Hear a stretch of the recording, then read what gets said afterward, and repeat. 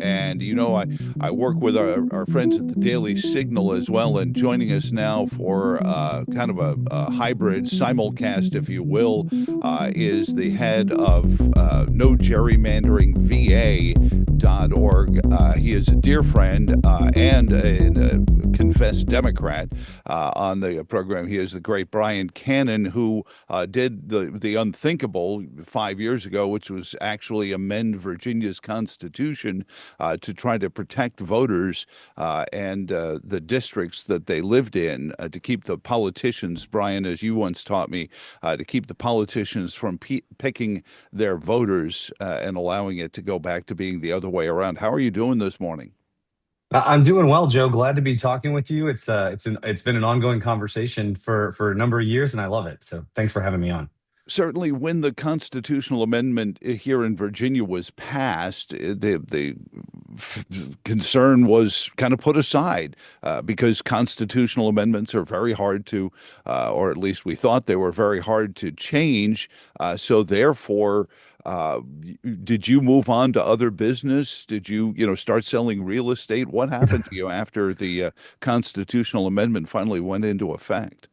Yeah, so in 2020, it was probably the highlight of my professional career, maybe ever, is passing that bipartisan redistricting reform, where we had a special moment where the politics and the stars aligned, and Virginians don't like gerrymandering. Like that's just a pretty constant thing. But getting the politicians to agree to a structure that would ultimately give up their power to Mm. draw their own maps, pick their own voters was a pretty special moment. So it passed in Virginia in 2020 with 66% of the vote, which floored us. We were so pleased with how that campaign worked and everything like that. And here we are pulling it all back. I probably should have gone into like real estate or something like that, but I care about structural democracy reform, Joe. I am a Democrat, and you and I probably don't vote the same way 90% of the time when we go into the voting booths, Joe. But I believe in your vote your right to cast a meaningful vote in a free and fair election just as much as I hope you believe in mine, and I know you do.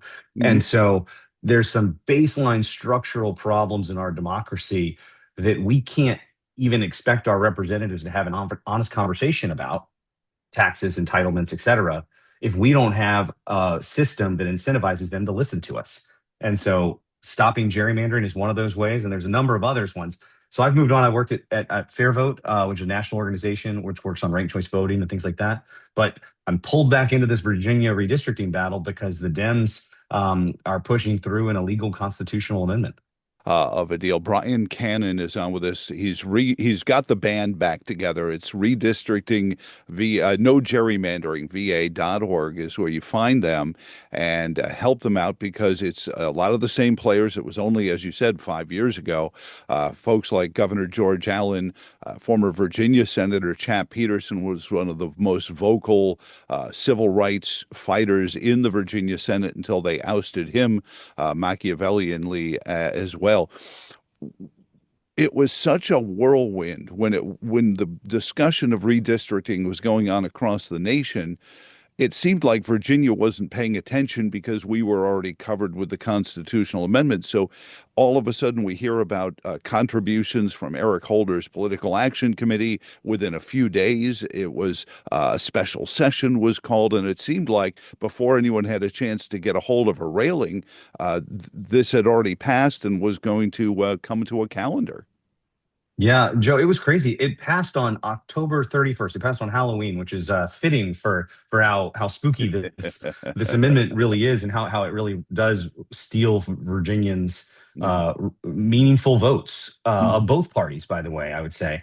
But yeah, and the other thing is we vote early in Virginia, and I think we vote too early. I wish it was just a couple weeks. It's 45 days. I know. But over 1 million Virginians had already cast their ballot by the time the legislature passed this map at the last minute. And by the way, none of these Democrats were campaigning on this, right? It wasn't like Abigail Spanberger said, elect me and I'll gerrymander Virginia. She Right. didn't say that. In fact, she said the opposite, right? Mhm. Multiple times that she said partisan gerrymandering is detrimental to democracy. She said, I have no plans to gerrymander Virginia. Well, That turns and out she not had to said be true. when we were getting the constitutional amendment passed, she was one of the supporters of the idea of taking it out of the partisan hands and putting it in to the hands of the Virginians. Brian Mhm. Cannon on with us from nogerrymanderingvirginia.org. When this all happened, it happened at such a breakneck pace. Do you think there was a certain amount of intent to catch people as we were going into the holidays? We were culminating an election anyway. That there was maybe a hope that nobody would notice that this would happen so quickly as to be able to, in some way, count last November's election as an intervening election in the constitutional amendment process? Yeah, that's a good point, Joe. And for your listeners, just so they all know that California, I think, can amend their constitution if five people sign the back of a napkin and they put it on the ballot. But in Virginia, we're the opposite. You have to Right. go through the legislature. You just need a simple majority. Then you Mhm. need an intervening election, like for the House of Delegates, and then you got to go through the legislature one more time.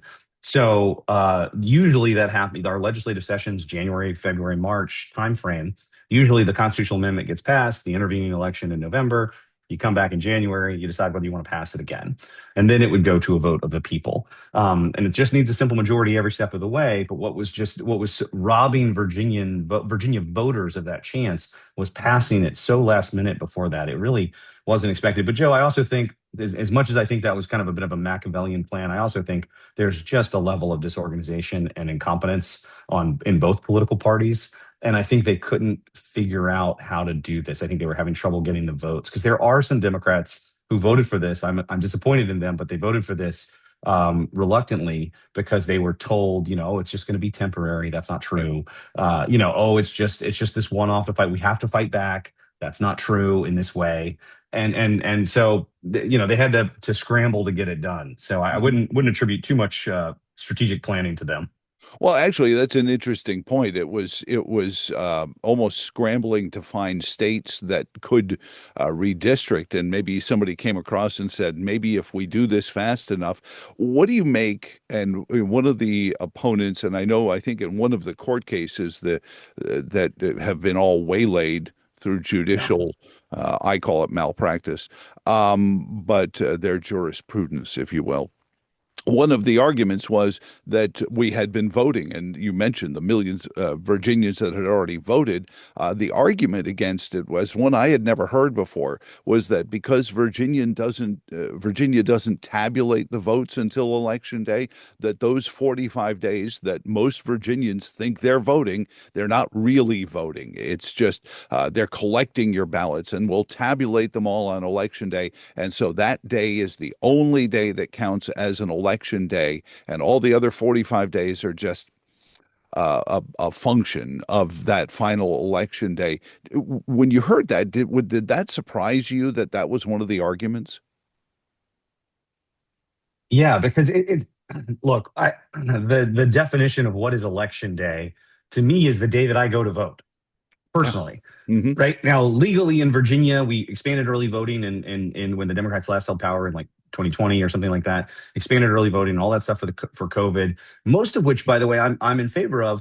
But you end up with this election season now, and you talk to campaigns, and they'll say election day, and they put this through almost at the end of our election season, if you will. So I don't know ultimately whether it's legally right or not, like what the Supreme Court of Virginia will do.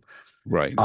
But I do know that it is incredibly disingenuous. It is dirty, dirty politics, and it robbed Virginia voters of a real chance to have an opinion on something so important. And what was crazy, Joe, is you had a lot of Democrats who didn't really want to do this in the legislature. The ones who were truly, I'm confused, and they were told on October 31st, just vote for it because we can preserve our option to whether we need to vote for it again or not in the second passage in January Oh, and February of next year. wow. And honestly, that's good logic, right?